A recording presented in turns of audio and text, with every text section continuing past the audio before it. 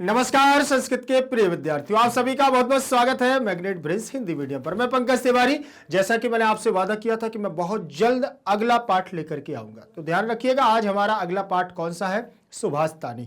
सुभाषतानी पर हम चर्चा करने वाले हैं। आज इसका प्रथम भाग हम पूरा करेंगे, लेकिन उससे पहले मैं आपसे जानकारी थोड़ी सी लेना चाहता हूं। परीक्षा की आपकी कैसी तैयारी चल रही है वो कमेंट सेक्शन में लिख करके मुझे जरूर बताएं।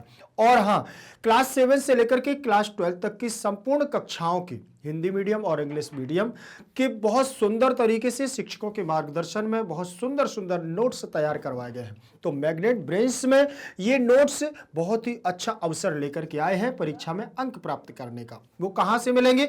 जिस वीडियो से आप मुझे देख रहे हैं उसी के नीचे लिंक इन डिस्क्रिप्शन बॉक्स में जाएंगे तो आपको ई नोट्स और ई बुक्स की संपूर्ण जानकारी प्राप्त हो जाएगी। ध्यान रखिएगा, जानकारी आपको जरूर लेना है। ठीक, आज की क्लास पर हम चलते हैं। क्लास हमारी रहेगी कक्षा 10वीं संस्कृत सैमुषी द्वितीयो भागा सुभाषतानी अनुवाद भाग 1। आज हमारा अनुवाद भाग 1 है। पाठ पर हम सुभाषतानी में चलेंगे। ध्यान रखिएगा, सुभाषतानी जो हमारा पाठ है इसमें सुभाषित कथन है। सुभाषित कथन का मतलब होता है लोकोक्ति कहावतों पर आधारित होता है, सत्य घटनाओं पर आधारित होता है। यही हमारे सुभाषित कहलाते हैं। सुभाषित अर्थात सुंदर रूप से जिसे भाषित किया गया हो, जिनका सुंदर अर्थ प्रतीत होता है, उसे हम सुभाषित कहते हैं। ठीक, चलिए आज हम पहले पाठ का परिचय लेते हैं। पाठ का परिचय क्या है, इसमें कौन कौन सी चीजें हैं वो जानकारी में हमें प्राप्त होंगी। ठीक, तो इसमें लिखा हुआ है संस्कृत कृतियों के जिन पद्यों या पद्यांशों में सार्वभौमिक सत्य को बड़े मार्मिक ढंग से प्रस्तुत किया गया है, उन पद्यों को सुभाषित कहते हैं। प्रस्तुत पाठ ऐसे 10 सुभाषितों का संग्रह है जो संस्कृत के विभिन्न ग्रंथों से संकलित हैं। इनमें परिश्रम का महत्व, क्रोध का दुष्प्रभाव, सभी वस्तुओं को उपादेयता और बुद्धि की विशेषता आदि विषयों पर प्रकाश डाला गया है। ये पाठ का परिचय है, लेकिन आपको यहाँ पर 3-4 सब्जेक्ट दिए गए हैं, विषय। ठीक, वो कौन है? सबसे पहला दिया है परिश्रम का महत्व, अर्थात हमारे द्वारा किए गए परिश्रम का परिणाम क्या होता है, हमारे द्वारा किए गए परिश्रम से हमें उसका परिणाम मिलता क्या है। ठीक, परिश्रम किसमें करना चाहिए, किसमें नहीं करना चाहिए। अब आपसे कह दिया जाए कि पानी को लो और छन्नी से छानना शुरू करो, तो ये परिश्रम आप यहां करोगे, आपका परिश्रम व्यर्थ है। ठीक, उनका कहने का मतलब यही है कि परिश्रम कहां करना है, कहां नहीं करना है, उसकी गुणवत्ता और उसकी पहचान जहां जरूरी है वहां उसकी पहचान होगी। ठीक, तो परिश्रम का महत्व। क्रोध का दुष्प्रभाव, जो व्यक्ति बहुत ज्यादा क्रोधी है, क्रोधशील है, जो क्रोधी है, उनके लिए यहां पर क्रोध का दुष्प्रभाव बतलाया जाएगा कि इससे क्या क्या हानियां होती हैं। ये हमारा दूसरा विषय। तीसरा दिया हुआ है सभी वस्तुओं को उपादेयता, अर्थात हमें जितनी भी वस्तुएं हैं सबकी एक अपनी अपनी अलग अलग विशेषता होती है। कोई किसी को कम नहीं आंका जा सकता है, किसी को कम नहीं समझा जा सकता है। अगर बात करें हम छोटे से कंकड़ की तो उसकी महत्वता अलग है, और कोई करे बड़े सी चट्टान की तो उसकी महत्वता अलग है। तो हर काम का एक अपना तरीका होता है, हर वस्तु की एक महत्वता होती है। ठीक, फिर इसके बाद लिखा हुआ है बुद्धि की विशेषता, और बुद्धि की विशेषता की तो बात ही अलग है। बुद्धि की विशेषता, इसी बुद्धि से कोई व्यक्ति कहता है कि मैं मूर्ख हूं, और सारी वही बुद्धि ईश्वर के द्वारा दी गई जो बुद्धि है, मति है, वो एक समान होती है, बस उसका सदुपयोग करना इंसान के ऊपर होता है। कोई कहता है कि वही बुद्धि पाकर के कहता है कि मैं मूर्ख हूं, और कोई कहता है उसी बुद्धि को पाकर के कि मैं विद्वान हूं। तो ये उस बुद्धि के द्वारा व्यक्ति छोटे से छोटे काम से लेकर के बड़े से बड़े काम तक कर सकता है। यहां तक कि जैसे आप जानते हो इस समय हमारा डिजिटल इंडिया की ओर भारत हमारा अग्रसित है कि नहीं, और डिजिटल इंडिया बनने की कगार पर है, और यहां पर सब कुछ आजकल हमारा अब कंप्यूटराइज्ड हो रहा है। ठीक, अब यहां कंप्यूटर को बनाने वाला भी तो एक इंसान है। तो ये बुद्धि का कमाल है, बुद्धि का महत्व है, बुद्धि की परिपक्वता है। तो यहां पर बुद्धि के महत्व की विशेषताओं के बारे में बताया जाएगा। आदि विषयों पर प्रकाश डाला गया है। इस पाठ में आदि विषयों पर क्या डाला गया है? प्रकाश डाला गया है, और मार्मिक रूप से, ऐसा नहीं, मार्मिक रूप से डाला गया है प्रकाश, अर्थात गहन अध्ययन करने के बाद उस पर यहां सुभाषित के रूप में उन श्लोकों को बोला जाएगा। चलिए बात करते हैं हम पाठ के सार की। पाठ का सार यहां पर पहले संस्कृत में दिया हुआ है, संस्कृत के बाद फिर इसका हम हिंदी में अनुवाद करेंगे। देखिएगा, लिखा हुआ है प्रस्तुतः पाठा विविध ग्रंथात् संकलितानां 10 सुभाषितानां संग्रहो वर्तते। संस्कृत साहित्ये सार्वभौमिक सत्यम प्रकाशयितुम् अर्थ गांभीर्ययुता पद्ममयी प्रेरणात्मिका रचना सुभाषितम् इति कथ्यते। अयं पाठ्यांशः परिश्रमस्य महत्त्वं, क्रोधस्य दुष्प्रभावा, सामाजिकं महत्त्वं, सर्वेषां वस्तूनाम् उपादेयता, बुद्धि वैशिष्ट्यम् इत्यादीनां विषयान् प्रकाशयति।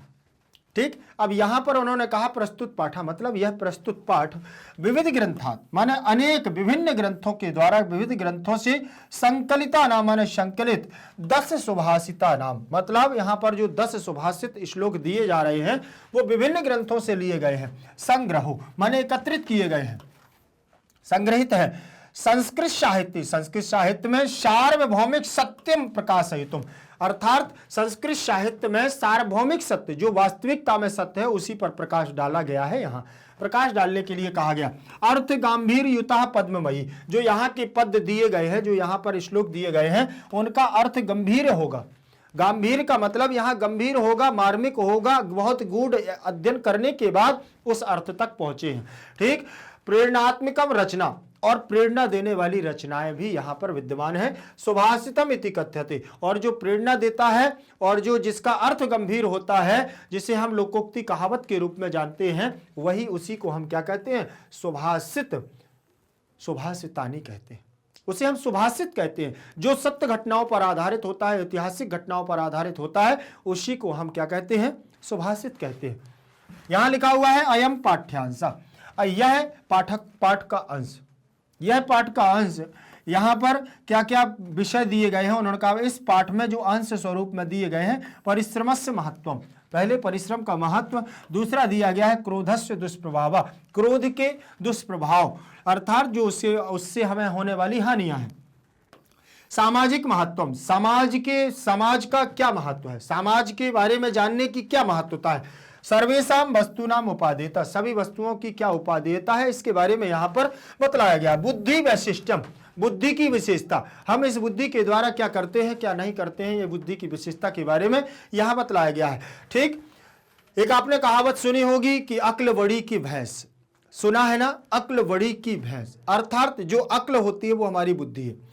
अर्थात हमें इसको, जो व्यक्ति दिखने में बड़ा होता है क्या उसी के पास बड़ी बुद्धि होती है ना, ऐसा कुछ नहीं। अर्थात ये बुद्धि जो है, हमारी मति जो है, ये समान रूप से, ठीक, कोई व्यक्ति दिखावे से बड़ा नहीं होता है, कोई इससे बड़ा होता है, ध्यान रखिएगा, जो जितना इसका प्रयोग कर सके। इत्यादि नाम विषयान, इस प्रकार के इतने विषयों को यहां पर प्रकाशित किया गया है, उन पर प्रकाश डाला गया है। ठीक, समझ में आ गया होगा आपको इसमें पाठ का सार क्या है। पाठ के सार में अब यहां पर थोड़ा सा व्याकरणात्मक टिप्पणी पर चर्चा करते हुए आगे बढ़ते हैं। ठीक, यहां पर सबसे पहले ये प्रस्तुता पाठा दिया हुआ है, प्रस्तुत पाठ, विविध ग्रंथात में पंचमी विभक्ति लगी हुई है। जैसे हमारा बनता है रामात, क्या बनता है, रामात, वैसे ही बनता है यहां पर ग्रंथात। ठीक, फिर लिखा हुआ है हमारा संकलिता नाम, संकलिता नाम जैसे फला नाम, रामाणाम, कमला नाम, पुस्तका नाम, वैसे ही षष्ठी का बहुवचन रूप लगेगा हमारा संकलिता नाम। ठीक, फिर यहां पर लिखा है 10 सुभाषिता नाम, 10 सुभाषित श्लोकों की बात कर रहे तो यहां पर भी षष्ठी विभक्ति का बहुवचन रूप दिया हुआ है।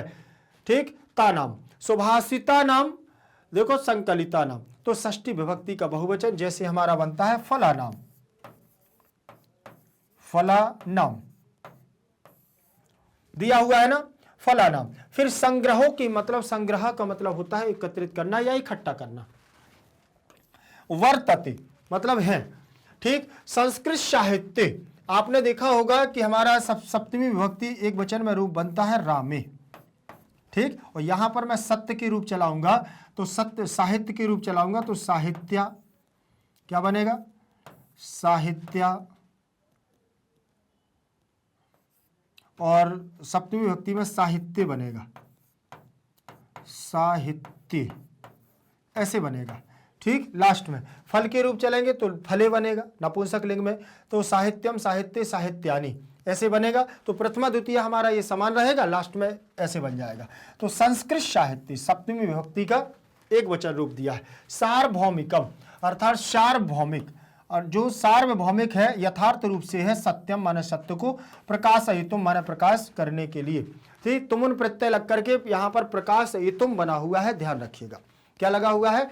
प्रकाश शब्द में यहाँ पर क्या लगा है? तुमुन प्रत्यय। तो प्रकाशयितुम अर्थ गंभीरयुता। ठीक, अर्थ गंभीरता की बात की गई है यहाँ पर, अर्थात ऐसा अर्थ जो गंभीर रूप से उस पर गंभीरता से विचार किया जा सके, वही अर्थ गंभीर होता है। पद्ममयी, जो हमारे यहाँ पर पद्य दिए गए हैं, पद्यमयी, ऐसे पद्यों को प्रेरणात्मिका, प्रेरणात्मक, प्रेरणा प्लस आत्मिका बराबर प्रेरणात्मिका, तो यहाँ दीर्घ संधि हो गई है। रचना सुभाषितम इति, सुभाषितम अलग हो जाएगा और इति अलग हो जाएगा। सुभाषित इति कथ्यते, बोले सुभाषित, उनको सुभाषितानी कहते हैं। कथ्यते, कथ्यते, कथ्यन्ते, ये कर्मवाचक की क्रिया लगी हुई है। लट्लकार प्रथम पुरुष एक वचन की। अयम पाठ्यांश, यह पाठ, पाठक, यह पाठ का अंश, पाठ प्लस अंशः, पाठ प्लस अंशः दिया हुआ है, तो यहां पर ठा में से आ को ले लिया, अंशः का आ ले लिया। ठीक, बिंदु आपकी साथ में रहेगी, दोनों को मिलाएंगे तो यहां पर बिंदु आ जाएगी। आ गई ना बिंदु? तो दोनों को मिलाने पर यहां दीर्घ संधि हो जाएगी, बिंदु साथ में इसी के साथ में आ जाएगी, अनुनासिक की है। ठीक है ना? तो पाठ और आ लग जाएगा तो पा, और अनुसार आपका पूरा ऊपर आ जाएगा, सा बचेगा तो यहां पर जुड़ जाएगा और पाठांसा बन जाएगा। यहां लिखा है ना पाठांसा, तो दीर्घ संधि लगेगी तो सूत्र कौन सा होगा? आकाशवर्णी दीर्घा। ठीक, आकाशवर्णी दीर्घा। परिश्रमस्य में आप देख रहे होंगे यहां क्या लगा हुआ है? षष्ठी विभक्ति का एक वचन। जैसे बनता है हमारा रामस्य, वैसे ही बनेगा परिश्रमस्य, रामस्य, और वैसे ही बनेगा हमारा परिश्रमस्य, परिश्रमस्य। ठीक, तो यहां पर हमारा षष्ठी विभक्ति का एक वचन रूप हो जाएगा। महत्वम दिया हुआ है, महत्वम आपका महतधन, त्वम बराबर महत्वम, ऐसे बन जाएगा, जुड़ जाएगा। क्रोधस्य में षष्ठी विभक्ति का एक वचन रूप दिया हुआ है, क्रोधस्य, जैसे परिश्रमस्य वैसे ही क्रोधस्य, क्रोध के रूप चलेंगे राम की समान, तो यहां षष्ठी विभक्ति में आपका बन जाएगा क्रोधस्य, क्रोधस्य बन जाएगा। फिर लिखा है दुष्प्रभावा, तो यहां आपकी कौन सी विसर्ग संधि हो जाएगी? दुह, दुह प्लस प्रभावा। ठीक, तो यहां पर आपका हो जाएगा दुष्प्रभावा। ठीक है ना? तो यहां आपकी आ जाएगी विसर्ग संधि, दुह धन प्लस प्रभावा। क्या बनेगा यहां? दुष्प्रभावा। विसर्ग के स्थान पर हमारा क्या हो जाएगा? मूर्धन्य शकार हो जाएगा। यहां पर ये वाला सा आ जाएगा विसर्ग के स्थान पर, प्रभावः शब्द हमारा जो का त्यों रहेगा, और पद बनेगा हमारा क्या? दुष्प्रभावः, दुष्प्रभावः बन जाएगा कि नहीं? तो यहां पर आपकी विसर्ग संधि हो जाएगी, ध्यान रखिएगा, यहां आपकी विसर्ग संधि होगी। आगे देखेंगे, आगे देखें, लिखा हुआ है सामाजिक महत्वम। क्या लिखा हुआ है? सामाजिक महत्वम, सामाजिक महत्वम। ठीक है ना? यहां पर देख पा रहे हैं सर्वेसाम में षष्ठी विभक्ति का बहुवचन लगा हुआ है। क्या लगा है? षष्ठी विभक्ति का बहुवचन लगा हुआ है। सर्वे, सर्वान, सर्वैः,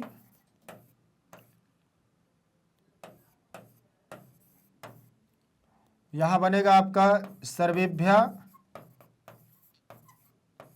यहां बनेगा सर्वेभ्य, यहां बनेगा सर्वेशाम, सर्वेशाम, यहां बनेगा सर्वेषु। देखिए जरा, सर्वेशाम कहां का रूप दिया है? षष्ठी विभक्ति का बहुवचन रूप दिया हुआ है, ध्यान रखिएगा। सर्वेशाम बहुवचन का रूप दिया हुआ है, वस्तु नाम में भी षष्ठी विभक्ति का बहुवचन रूप दिया हुआ है। उपादेयता, बुद्धे है, बुद्धि के रूप चलेंगे, षष्ठी विभक्ति एक वचन का रूप होगा बुद्धे। वैशिष्ट्यम, विशिष्टता की ओर, इत्यादि, इत्यादि नाम, इति प्लस आदि नाम, इति प्लस आदि नौ, आदि नौ। देखें यहां पर ई, ता, ता और ई प्लस आदीन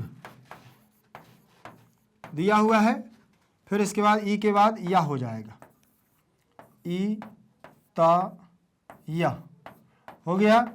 आदीन आपका इसमें जुड़ जाएगा, जुड़ गया। फिर इसको जोड़ेंगे तो यहाँ यण संधि हो जाएगी इत्य और या में आ मिल जाएगा दीन, इत्यादीन बन जाएगा। ये हमारा यहाँ पद हो जाएगा यण संधि का बन जाएगा। विषयान में देख पा रहे होंगे, विषयान में द्वितीय विभक्ति लगी हुई है, जैसे रामान वैसे ही बनेगा विषयान। ये बनेगा विषयाः प्रथमा का बहुवचन, विषयान क्या बनेगा विषयान द्वितीया का बहुवचन, विषयैः। फिर यहां पर आपका आ जाएगा विषयेभ्यः, विषयेभ्यः, विषयेभ्यः, विषयाणाम, विषयेषु ऐसे बनेगा। तो यहाँ द्वितीय विभक्ति लगी हुई है विषयान, ठीक, बहुवचन। प्रकाशयति, प्रकाशयतः, प्रकाशयन्ति दिया हुआ है, तो ये आपका कर्मवाचकी क्रिया है। देखिएगा लट लकार प्रथम पुरुष एक वचन की। आगे चलेंगे, अनुवाद को देख लीजिए। यहां पर प्रस्तुत पाठ विभिन्न ग्रंथों से संकलित 10 कहावतों का संग्रह है। प्रस्तुत पाठ विभिन्न ग्रंथों से संकलित 10 कहावतों का संग्रह है। संस्कृत साहित्य में कहावत एक सार्वभौमिक सत्य को प्रकट करने के लिए अर्थ की गंभीरता के साथ एक पद पर आधारित प्रेरणादायक रचना है। यह अनुच्छेद कड़ी मेहनत के महत्व और क्रोध के दुष्प्रभाव, सामाजिक महत्व, सभी चीजों की उपयोगिता और बुद्धि की विशेषताओं पर प्रकाश डालता है। ठीक, चलिए आगे देखेंगे। अनुवाद के बाद आगे चलेंगे। प्रश्न हमारा रहेगा पहला श्लोक। देखें पहले श्लोक पर चलेंगे। पहला श्लोक क्या कह रहा है, ध्यान से पढ़िएगा श्लोक को। पहले लिखा हुआ है आलस्यम, क्या लिखा है, आलस्यम ही मनुष्याणाम शरीरस्थो महान रिपुः नास्ति नास्ति उद्यम समो बंधु कृत्वा यम नावसीदति। पहले आराम से पढ़ लीजिएगा, ठीक। नास्ति उद्यम समो बंधु कृत्वा यम न अवसीदति। आराम से ध्यान से पढ़िएगा। और यहां पर आप इसको अब पढ़ेंगे तो कैसे पढ़ेंगे, आलस्यम ही मनुष्याणाम शरीरस्थो महान रिपु। ध्यान रखिएगा, आलस्यम ही मनुष्याणाम शरीरस्थो महान रिपु नास्ति उद्यम शमो बंधु कृत्वायम नावशीदति, कृत्वायम नावशीदति। ठीक, आलस्यम ही मनुष्याणाम। ध्यान रखना, आप अगर जितनी बार उच्चारण करोगे उतनी बार आपको, क्योंकि 2 श्लोक आपके निश्चित रूप से आते हैं परीक्षा में। आलस्यम ही मनुष्याणाम शरीरस्थो महान रिपु। ठीक है ना, नास्ति उद्यम समो बंधु कृत्वा यम नावसीदति। ध्यान रखना, इसीलिए आपको पढ़ना है। एक बार उच्चारण मेरे साथ करेंगे, आगे चलेंगे। आलस्यम ही मनुष्याणाम शरीरस्थो महान रिपु नास्ति उद्यम समो बंधु कृत्वायम नावसीदति। चले अब यहां देखें, आलस्यम ही मनुष्याणाम। मनुष्याणाम मतलब मनुष्यों का, ठीक। मनुष्याणाम का मतलब मनुष्यों का। आलस्यम माने आलस्य, ही माने ही। आलस्य मनुष्यों का, आलस्य ही, ऐसा निकालेंगे। फिर यहां लिखा शरीरस्थो महान रिपु, मनुष्यों के शरीर का, मनुष्यों के शरीर का आलस्य ही सबसे बड़ा महान रिपु क्या है, सबसे बड़ा शत्रु आलस्य है। ना अस्ति उद्यम समो बंधु कृत्वा ना अवसीदति। ठीक, उद्यम समो बंधु अर्थात जो परिश्रमी व्यक्ति होता है, ना अस्ति यम कृत्वा, जो परिश्रम नहीं करता है, मनुष्य ना अवसीदति, जो आपको मनुष्य को परिश्रम नहीं करने देता है, मेहनत नहीं करने देता। आलस्य मनुष्य का सबसे बड़ा शत्रु है और वह मनुष्य को परिश्रम नहीं करने देता है। जैसे हम लोगों को कभी कभी आलस्य आता है ना, और आलस आ जाने से हम कहते हैं आज पढ़ना नहीं है, बहुत थकावट है। जब ये कंडीशन हो जाती है तो समझ लेना कि आलस्य ने आपको अपने वशीभूत कर लिया है, आलस्य के अधीन हो चुके हैं आप, और आपको उसको क्या करना है, मुक्त करना है। आलस्य से आपको मुक्त करना है अपने आप को, तब जाकर के आप अध्ययन कर पाएंगे। आलस्यम में देख पा रहे होंगे द्वितीय विभक्ति लगी हुई, आलस्यम में द्वितीय विभक्ति ही अव्यय है, ही मतलब ही। मनुष्याणाम में जैसे हमारा बनेगा रामाणाम, वैसे ही बनेगा मनुष्याणाम, मनुष्यः, मनुष्यान्,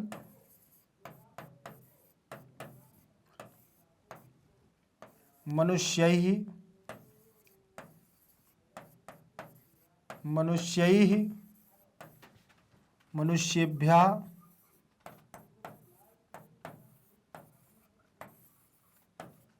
मनुष्येभ्यः,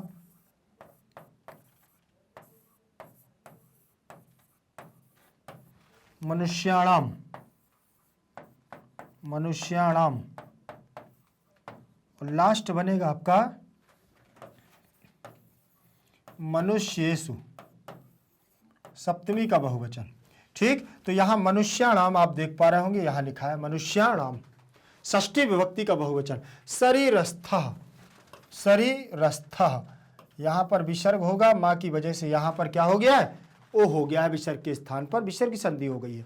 तो यहां पर प्रथमा विभक्ति का एक वचन, अर्थात मनुष्य के शरीर में, मनुष्यों के शरीर में महान रिपु, सबसे बड़ा, रिपु माने शत्रु, महान मतलब बड़ा, अर्थात सबसे बड़ा, रिपु माने शत्रु कौन होता है, रिपु के रूप चलेंगे आपके कैसे, साधु के समान।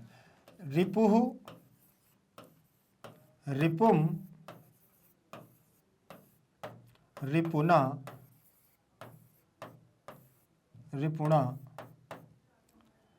ठीक, फिर यहां चलेगा आपका रिपुणाय, रिपुए, रिपु, यहां बनेगा साधु, साधु, साधुम, साधुना, साधुवे, रिपुवे। ठीक, रिपुवे, रिपेह, रिपेह, रिपुणा, रिपवे, रिपेह, रिपेह। कैसे बनेगा आपका, गुरुहु, गुरुम, गुरुणा, गुरवे, गुरोह, गुरोह, रिपोह, रुपोह, ऐसे ऐसे बनेंगे। फिर लास्ट में बनेगा गुरऊ, तो यहां बनेगा रिपऊ, बनेगा। इस प्रकार से रूप चलेंगे। तो रिपु कहां का लगा हुआ है, प्रथमा विभक्ति का एक वचन, प्रथमा विभक्ति एक वचन का रूप लगा हुआ है, रिपुहु, लगा है ना। चलिए आगे बात करें, नास्ति उद्यम समूह, लिखा है ना, ना अस्ति, ना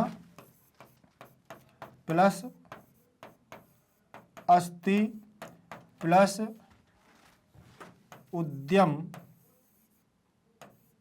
उद्यम समूह, ऐसे देखें। तो सबसे पहले तो यहां आ ले लीजिए और अस्ति का आ ले लीजिए, दोनों को मिलाइए तो यहां क्या हो जाएगा, बड़ा आ, दीर्घ संधि हो जाएगी, तो यहां बनेगा आपका नास्ति, क्या बनेगा, नास्ति प्लस उद्यम, उद्यम समूह बन जाएगा, उद्यम समूह। फिर यहां पर नास्ति में से आपको क्या करना है, आधा सा और ता को बाहर कर लेना है, ई को बाहर निकाल लेना है, उद्यम, उद्यम समूह आपका जो कहते हो रहेगा। ई के स्थान पर आप क्या कर देंगे, यण, या कर देंगे, ई के स्थान पर या करेंगे और उद्यम, उद्यम समूह, ये आपका जो कहते हो रहेगा। फिर इसको मिलाएंगे तो आपका पद क्या बनेगा, नास्त्य, नास्त्य य, और उद्यम, तो ऊ का ऊ आ जाएगा यहां, और उद्यम समूह पद बन जाएगा, नास्त्य उद्यम समूह। तो यहां आपकी संधि क्या हो जाएगी, ध्यान रखिएगा, यण संधि और दीर्घ संधि दोनों का समावेश होगा, यण संधि और दीर्घ संधि दोनों का यहां पर क्या हो जाएगा, मिलन हो जाएगा। और बंधु, बंधु में, बंधु भी हमारे गुरु के समान रूप चलेंगे, तो बंधु प्रथमा का एक वचन रूप लगा हुआ है, बंधु, बंधुः बंधुम बंधुना बंधवे बंधवे। ठीक, ऐसे बनेगा। गुरुः गुरुम गुरुणा गुरुवे गुरोः गुरोः बंधोः बंधोः गुरौ बंधौ, ऐसे रूप बन जाएगा। ठीक, आगे चलेंगे। कृत्वा, कृत्वा में क्री धातु है और कित्वा प्रत्यय लगा हुआ है। क्री धातु और कित्वा प्रत्यय, का की इत संज्ञा लसक को तद्धिति से और इत संज्ञा और तत्सलोपा से लोप हो जाएगा और त्वा जुड़ जाएगा, तो सीधे बनेगा कृत्वा। क्या बनेगा? कृत्वा बन जाएगा। फिर इसके बाद यम ना अवशीदति, नावशीदति, तो इसमें आपकी अयादि संधि हो जाएगी, नौ प्लस अवशीदति, अवशीदति, ये बनेगा। यहां पर ना में से क्या निकालोगे? औ निकालोगे, औ निकालोगे और अवशीदति आपका जो का त्यों रहेगा। फिर यहां पर आपका सूत्र लगेगा एचो अयवा यावा, एचो अयवा यावा, एचो अयवा यावा, यावा, ये सूत्र है किसका? अयादि संधि, अयादि संधि।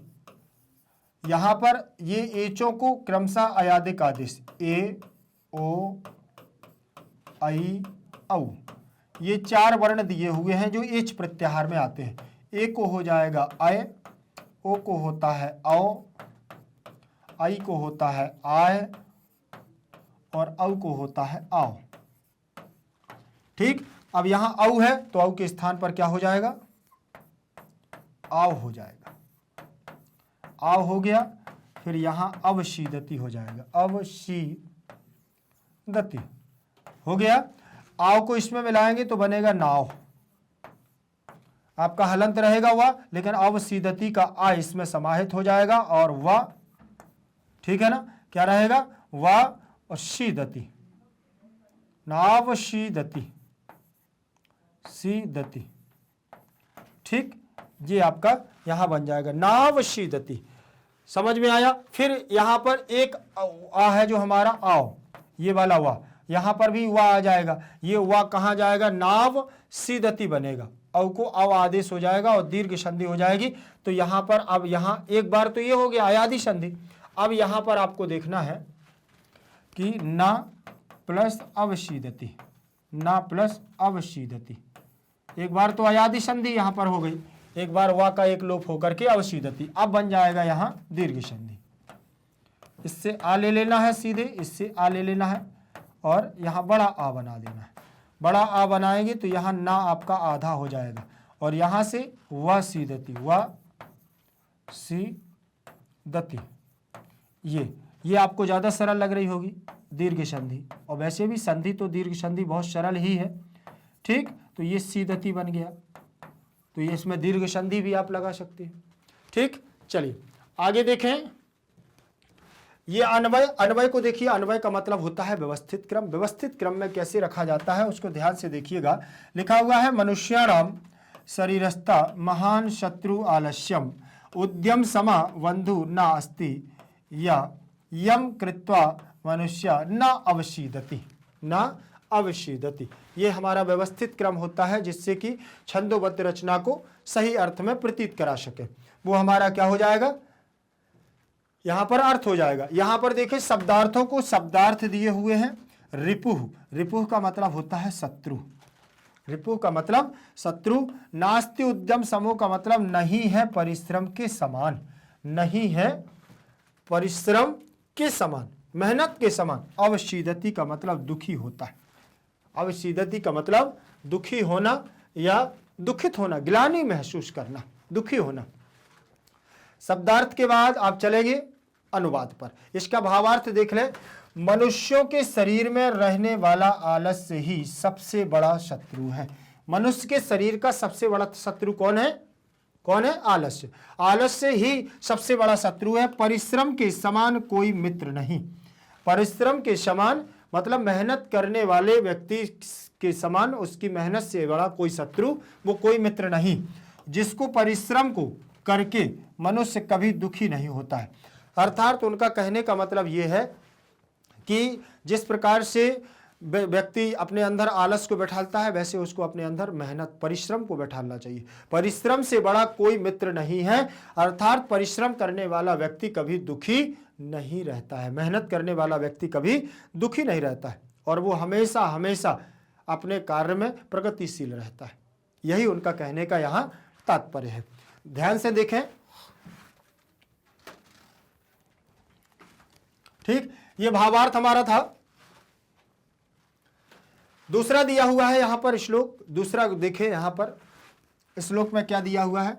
गुणी गुणम वेत्ति न वेत्ति निर्गुणः, बलि बलम वेत्ति न वेत्ति निर्बला, पिको वसंतस्य गुणम न वायसा और करी च सिंहस्य बलम न मूषका।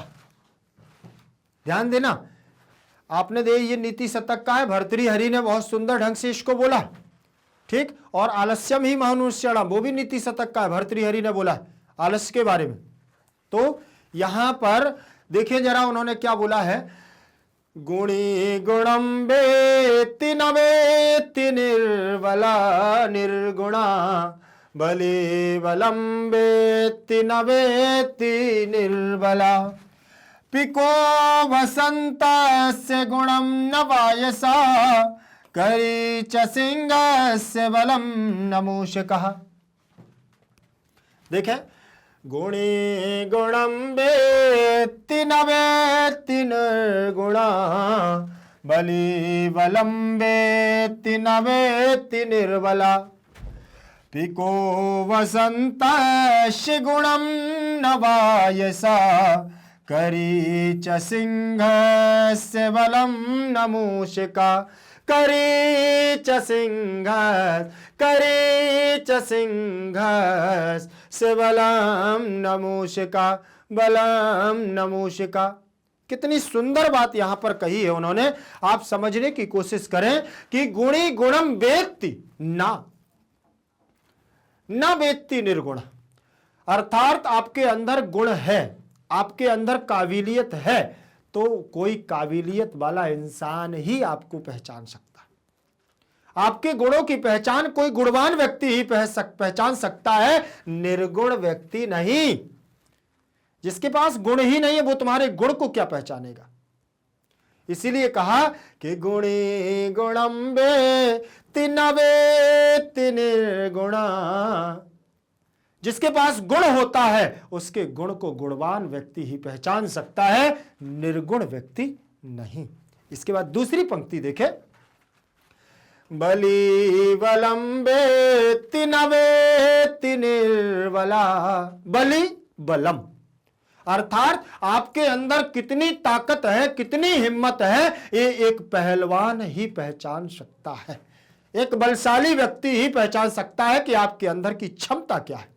कौन पहचानेगा? निर्बल थोड़ी पहचानेगा। आप बढ़िया से हष्ट पुष्ट हैं और एक दुर्बल व्यक्ति से लड़ जाओगे तो क्या वो आपकी हिम्मत को पहचान पाएगा? नहीं, क्योंकि आप तो उसको ऐसे ही पटक दोगे, ऐसे ही फेंक दोगे अखाड़े में। लेकिन जब आपसे आपके समान कोई खड़ा होगा तो वो देखेगा कि आपके अंदर कितना बल है, क्योंकि दोनों समान होंगे तब वहां बल का पता चलेगा कि कौन जीतता है। समझ पा रहे हो नहीं? इसीलिए कहा उन्होंने कि बलि बलम वेत्ति न वेत्ति दुर्बला निर्बला, दुर्बला अर्थात जो दुर्बल और निर्बल व्यक्ति कभी नहीं पहचान सकता आपके बल को। फिर इसके बाद पिको वसंतस्य गुणम न वायसा, ठीक। पिको, पिको माने कोयल और वायसा माने कौवा, कौवा, ठीक, काक। फिर यहां पर उन्होंने क्या कहा कि पिको वसंतस्य, बसंतस्य गुणम, बसंत ऋतु के गुण को, बसंत ऋतु के गुणों को, बसंत ऋतु में कैसा मौसम रहता है उन गुणों, उसके गुणों को केवल और केवल कोयल पहचान सकती है, ना कि वायसा, कौवा नहीं। कौवे को क्या है, उसको तो हाड़ मास से मतलब होता है, वो तो कभी भी मिल जाए उसको, क्या वसंत और क्या शिशिर, उसको इससे मतलब नहीं है, ना वसंत ऋतु से मतलब है, ना उसको शिशिर ऋतु से मतलब है, उसको तो मतलब है हाड़ और मांस, अस्थि और मज्जा। ठीक, चलिए फिर इसके बाद देखें, इसीलिए उन्होंने यहां कहा कि पिको वसंतस्य गुणम न वायसा। आगे देखें, फिर इसके बाद कहा कि करी च सिंहस्य बलम न मूषिका। करी, करी किसका पर्यायवाची? हस्ती। हस्ती मतलब हाथी, हाथी समझे, गज वक्त्रम। ठीक, गज वक्त्रम करी च सिंहस्य, हाथी के बल को, बलम, हाथी के बल को कौन पहचान सकता? सिंहस्य। और सिंह के बल को कौन पहचान सकता? हाथी, ना मूषका कि चूहा, कि चूहा पहचान पाएगा। अर्थात हाथी के बल को या सिंह के बल को हाथी ही समझ सकता है, ना कि मूषका, चूहा नहीं। इसीलिए कहा कि करी च सिंहस्य बलम न मूषिका। करी च सिंहस्य, सिंह के, सिंह को, सिंह की ताकत को कौन पहचान सकता? करी, हाथी। आगे देखें, अन्वय को देख लीजिए, यहां पर आपको समझ में आया, समझ में आया ना। वे यहां गुणी गुणम, गुणम में गुण को, तो द्वितीय विभक्ति लगी हुई है। वेत्ति विद धातु से बना हुआ है, विद ज्ञाने, विद ज्ञाने अर्थात जानने के अर्थ में। ठीक, विद ज्ञाने, ज्ञाने या विद जानने के अर्थ में हमारी वेत्ति शब्द बना हुआ है। लट लकार प्रथम पुरुष एक वचन, वेत्ति वेत्ति, लट लकार प्रथम पुरुष एक वचन, और निर्गुण प्रथमा विभक्ति का एक वचन, और निह धन गुणा बराबर विसर्ग संधि, निह प्लस गुण। यहां पर भी विसर्ग संधि ही है, ध्यान रखना। ओ हो गया है पीछे बा होने की वजह से, यहां विसर्ग के स्थान पर रा हो जाएगा और गुण, गुणा हो जाएगा। शब्द बनेगा आपका निर्गुण। क्या बनेगा? निर्गुण बनेगा कि नहीं बनेगा? फिर इसके बाद वेत्ति फिर आ गया, वेत्ति फिर आ गया, फिर यहां निर्बला, बलम में द्वितीय विभक्ति, गुणम में द्वितीय विभक्ति, निर्बला। तो जैसे अभी बताया मैंने निर्गुणा, वैसे ही बनेगा निर्बला, निह प्लस बला दिया हुआ है। विसर्ग के स्थान पर फिर से रकार हो जाएगा और बलह आपका ज्यों का त्यों रहेगा। ठीक, इसको जोड़ेंगे तो क्या बनेगा हमारा? निर्बला। क्या बनेगा? निर्बला बन जाएगा कि नहीं? तो यहां विसर्ग संधि और यहां भी विसर्ग संधि हो जाएगी। फिर इसके बाद दिया हुआ है पिको, पिका। तो यहां प्रथमा का एक वचन कोयल के लिए कहा गया है पिका, और वसंतस्य में षष्ठी विभक्ति का एक वचन रूप लगा। क्या लगा है? वसंतस्य, जैसे रामस्य वैसे ही वसंतस्य, फलस्य वैसे ही वसंतस्य। षष्ठी विभक्ति का एक वचन, गुणम माने गुण को, तो द्वितीय विभक्ति का एक वचन, ना मतलब नहीं, और वायसः प्रथमा विभक्ति का एक वचन वायसा। प्रथमा में क्या लगा हुआ है? वायसा। वायसा का मतलब क्या होता है? कौवा, कौवा। ठीक, अब यहां देखें करी, करी का मतलब प्रथमा विभक्ति का एक वचन है, और करी माने होता है हाथी। करी का मतलब क्या होता है? हस्ती, हाथी। चा मतलब और, चा का मतलब और, सिंहस्य, ध्यान रखिएगा, सिंहस्य का मतलब क्या हो जाएगा यहां? शेर, और शेर का, तो षष्ठी विभक्ति का एक वचन लगा है, जैसे रामस्य वैसे ही सिंहस्य, ध्यान रखना। फिर बलम में द्वितीय विभक्ति लगी, क्या लगी है? बलम में द्वितीय विभक्ति लग गई है, न मूषका। मूषका में प्रथमा विभक्ति का एक वचन, और मूषक माने होता है चूहा। अर्थात उन्होंने सीधा कहा कि गुणवान, जो गुणशाली व्यक्ति होता है उसके गुणवान, उनके गुणों को पहचान सकता है, ना कि निर्गुण व्यक्ति। और बलशाली व्यक्ति के बल को बलशाली व्यक्ति ही पहचान सकता है, ना कि निर्बल व्यक्ति। और वसंत के गुण को केवल कोयल पहचान सकती है, कौवा नहीं। और सिंह के बल को हाथी पहचान सकता है, ना कि चूहा, मूषक नहीं। अन्वय को देखें, अन्वय का मतलब होता है व्यवस्थित क्रम। व्यवस्थित क्रम का मतलब होता है छंदोबद्ध रचना को उठा करके एक सिस्टम से रखा जाता है, नियम से अनुसार रखा जाता है, फिर अर्थ को निकाला जाता है। देखें, गुणी गुणम वेत्ति निर्गुणः गुणम न वेत्ति, बलि बलम वेत्ति निर्बलः बलम न वेत्ति, वसंतस्य गुणः पिका वेत्ति, वायसः न वेत्ति सिंहस्य, बलम करी वेत्ति मूषका ना। ये अन्वय, ठीक, जैसा अर्थ आपको सीधा सीधा निकालना है वैसे ही इसमें, वैसे तो ये लगभग सीधा सीधा ही आपका है, थोड़ा बहुत बीच से अंतर होकर के निकलता है। देखें जरा यहां पर शब्दार्थ को देख लीजिए। शब्दार्थ में उन्होंने क्या कहा है, शब्दार्थ में देखेंगे लिखा हुआ है आपका वेत्ति का मतलब होता है जानता है। वेत्ति का मतलब जानता है, विद धातु से है और लट लकार प्रथम पुरुष एक वचन का रूप दिया हुआ है। वायसः, वायसः में प्रथमा विभक्ति का एक वचन दिया हुआ है और इसका अर्थ क्या होगा, कौवा। वायसः का मतलब क्या हो जाएगा आपका, कौवा। और करी का मतलब आपका हो जाएगा क्या, हाथी। करी का मतलब हाथी। यहां ये शब्दार्थ है, 2-4 शब्दार्थ ही है, ज्यादा नहीं। भावार्थ को देख लीजिए, अनुवाद आपका क्या कह रहा है। अनुवाद को देखिएगा, लिखा हुआ है कि गुणी गुण जानता है, निर्गुण नहीं जानता। शक्तिशाली बल जानता है, निर्बल बल नहीं जानता। बसंत का गुण कोयल जानती है, कौवा नहीं। सिंह का बल हाथी जानता है, चूहा नहीं। आपको पूरा बता चुका हूं, ध्यान रखिएगा। पूरे इसमें आपने देखा कि गुणी गुण जानता है, निर्बल नहीं जानता है, ठीक है ना। शक्तिशाली बल को जानता है, निर्बल नहीं। इसी प्रकार से भावार्थ को देखना है। सिंह का बल हाथी जानता है, चूहा नहीं, ठीक है ना। इसके बाद देखें, ये हमारा ये क्लास यहीं तक रहेगी, ध्यान रखिएगा। इसमें आप लोगों ने 2 श्लोकों को देखा। अनुवाद भाग 1 को बहुत सुंदर तरीके से हम लोगों ने सुभाषित श्लोकों को किया। और यहां पर कोई भी समस्या आपको जाती है तो कमेंट सेक्शन में लिख करके जरूर बताएं। और आगे मैं आपको बता दूं कि यहां पर चिंता करने की बिल्कुल भी जरूरत नहीं है। मैग्नेट ब्रेन्स परिवार आप लोगों के लिए मैग्नेट ब्रेन्स और Hindi medium, magnet brains Hindi medium, दोनों प्लेटफॉर्म, इंग्लिश मीडियम और हिंदी मीडियम, दोनों आप लोगों को क्लास 7 से लेकर के क्लास 12 तक की संपूर्ण कक्षाएं निःशुल्क दे रहा है। निःशुल्क का मतलब ही है कि 100% फ्री एजुकेशन, अर्थात आपसे कोई भी रुपया पैसा नहीं लिया जाता है।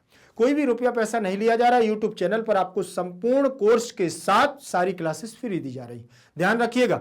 और यहां तक कि आप लोगों के लिए यहां उच्च गुणवत्ता के साथ योग्य शिक्षकों के द्वारा यहां निर्देशन में ये अध्ययन कार्य चल रहा है। तो आप लोग पढ़ते रहिएगा मस्ती के साथ। आप किसी भी माध्यम से हो, बिल्कुल भी चिंता नहीं करना। सीबीएसई इंग्लिश मीडियम हो, CBSE Hindi medium, UP board, Bihar board, MP board, कहीं से भी संबंधित हो, बस एकमात्र आप लोगों ने विश्वास किया है तो आप लोग पढ़ते रहिएगा। आपके उत्तम और श्रेष्ठ अंक लाने के लिए व्यवस्था भी की गई है, बहुत सुंदर सुंदर व्यवस्था है।